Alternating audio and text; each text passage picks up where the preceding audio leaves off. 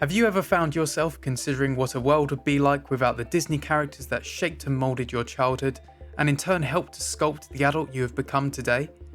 A world completely devoid of Disney in its entirety, which, considering Disney's current form and attitude, doesn't strike us as a particularly problematic issue whatsoever.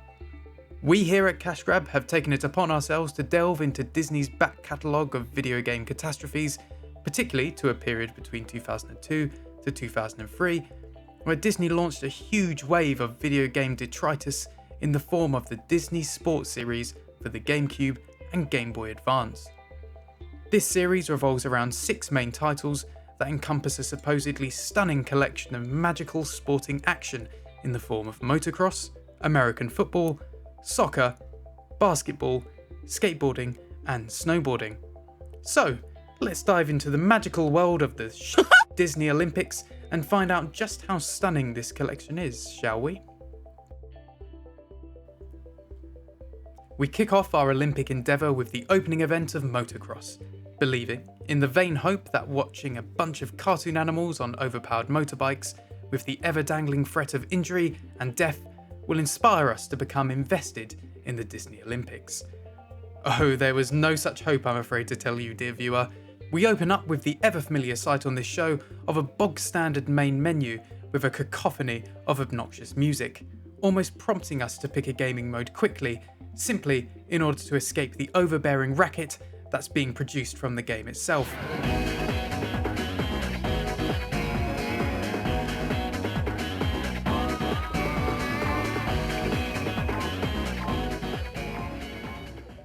After a very short window of time, we decide to dive straight into the main game mode and take on Disney's best and brightest with our main man Pete.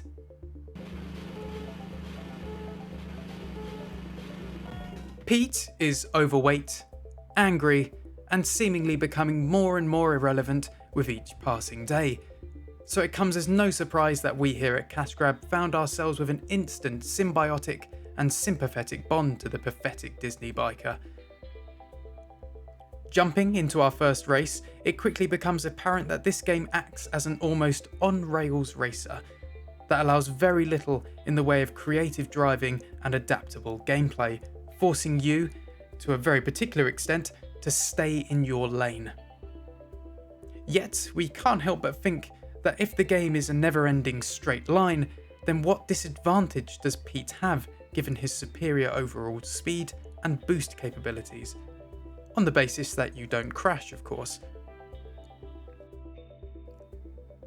Oh, but crash you do, seemingly over and over again.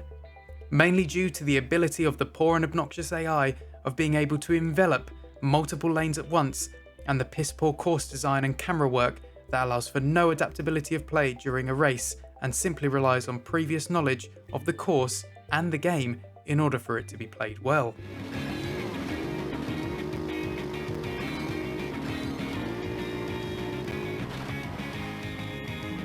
Given that it takes time to learn a course by heart, and time is best spent doing pretty much anything else, this seems somewhat counterintuitive to the game's shelf life as a whole. Good job, developers.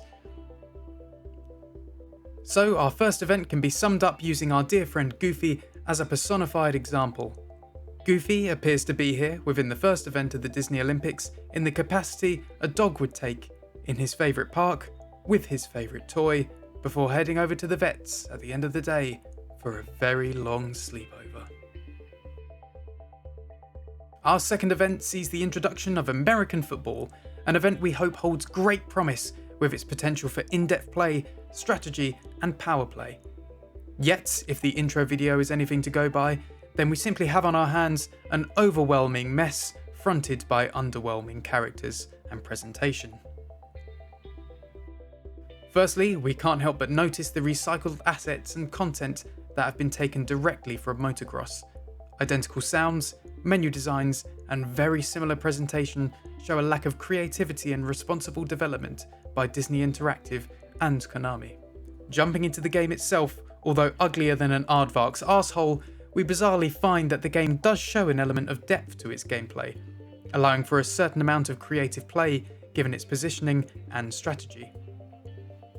Though, do take this statement with a pinch of salt, given the review of American football's depth coming from a proud Englishman. The strategy, however, doesn't mask the fact that this game itself is slow, unresponsive, and terribly presented, offending the eyes of all and any who look upon it. It almost gives me a sort of Raiders of the Lost Ark feeling, something man's eyes was simply never meant to see. In short, the second event was just as much a failure as the first. Seemingly, it takes more than replacing Mickey Mouse's biking gloves with a jockstrap in order to create a fun and enticing Olympic Games. Oh well, I'm sure our third event is sure to turn things around. So we now stumble into our third and perhaps least anticipated event, soccer, or as it's correctly called in the rest of the modern world, football. Again, straight out of the starting block, we notice recycled features and content from previous entries. Something tells me that this is going to be a common theme for this video. We go through much the same paces as before, choosing our mode, our team, our additions, and jump into our first game of soccer of the Disney Olympics. We discover, in the simplest terms imaginable, that this game finds us in a very similar way to Mario Strikers, except more shit. Yet, in complete juxtaposition to other entries thus far in the Disney Olympics, soccer appears to be considerably smoother in its presentation and with a much more flowing pace. And after having scored our first goal, we also find that this game offers a full replay support mode, controlled by the player. A nice touch, and something we feel can't help but be an influence from Konami, given their Pro Evolution series being so successful at the time.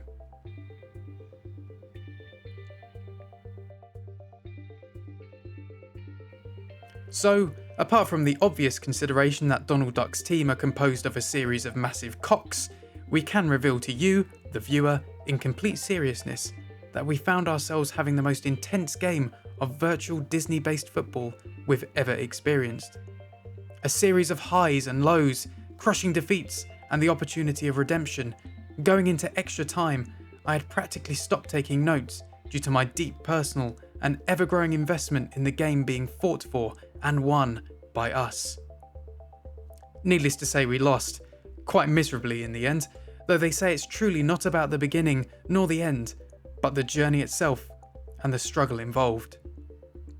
Needless to say that this was, by an absolute country mile, the best the Olympics had offered us so far.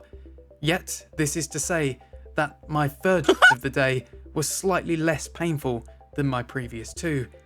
Nobody can deny, even though we found ourselves deeply invested, that this is still a game.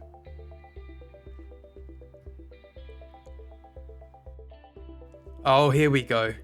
Thoughts of NBA Jam with its 2-on-2 gameplay come flooding through our minds as we cross our fingers, toes, and testes in the hopes that Disney can pull a banger out the bag and not another steaming pile of feces. Our intro to the game this time around is muted, and our assets are once again recycled before we head into an exhibition match. We quickly find that the 2-on-2 dynamic of NBA Jam is all that was creatively stolen. The game lacks charm, meaningful gameplay, and any sense of enticing presentation. It's the equivalent of thinking you're going on a date with Scarlett Johansson, only to find an unwashed Helena Bonham Carter sitting at the restaurant table waiting for you.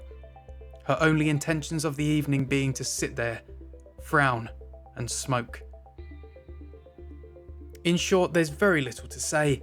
Nothing of anything really happened, and if we were pushed to tell you a best part, as it were, it would have to be a glitch that was caused pausing the game, which incidentally shut off the obnoxious music entirely, leaving us with the empty sounds of 8-bit trainers squeaking on an 8-bit polished floor and the vacuous hollow echo of an ever-bouncing basketball.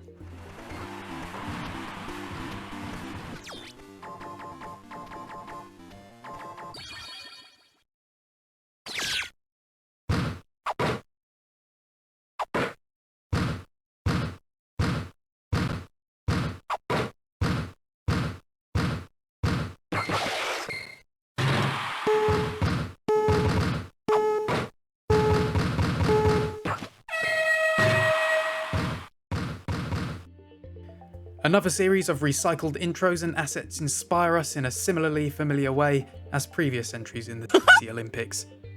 Poorly. Jumping into the skateboarding event, after deciding to finally give the mouse a go for once, we find that Tony Hawk's throne at the summit of skateboarding games is most likely going to be safely held by the end of this one. Though, this isn't to say that this isn't a very shameless way of ripping off the Game Boy Advance entries of the Tony Hawk series, with this seemingly being Disney's way of attempting to hold a knife to the Hawkman's throat, and instead deciding to hold the blade while putting the handle to Tony Hawk's neck. We quickly find that there is a huge inbuilt glitch into the grinding system that allows our chirpy Disney chum to convulse uncontrollably while donning a rail. Much like watching your mate get uncontrollably drunk at a party, it's something which seems hilarious at first and quickly turns disturbing and worrying. We also find that there is no death in the Disney Olympics as Mickey throws himself into deep waters after a failed stunt. Instead, simply, contestants are seemingly warped to a place of unloving purgatory, back to the starting line. The real challenge of this event isn't simply in doing tricks to gain points and henceforth increase your ranking, it's in doing all of these things while keeping your sanity. In short, this game looks, plays, and reacts like a headache.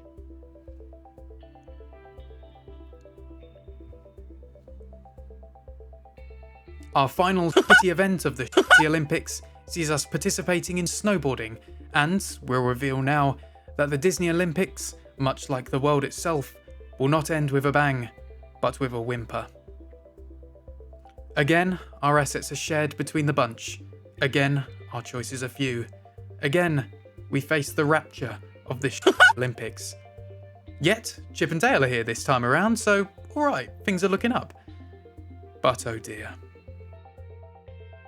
It seems as though we unintentionally saved the worst till last, with a game which encompasses a downhill race with the opportunity of doing tricks that only serve as a way of preventing you from winning.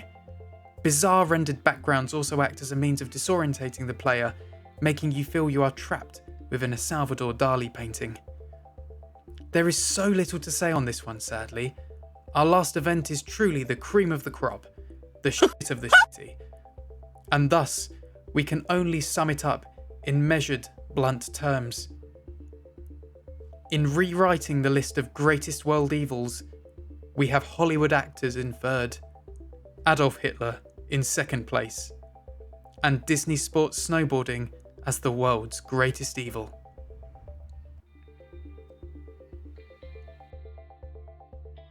Within our closing ceremony, we will not be handing out medals or accolades, simply some words of advice. Never, under any circumstances, play the Disney sports games for the Game Boy Advance developed between 2002 and 2003.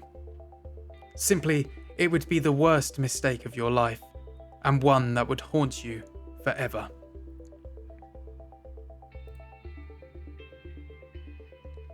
Thank you so much for watching. Please like the video and subscribe to our channel, and consider heading over to our Patreon so we can continue crucifying terrible video games for many years to come.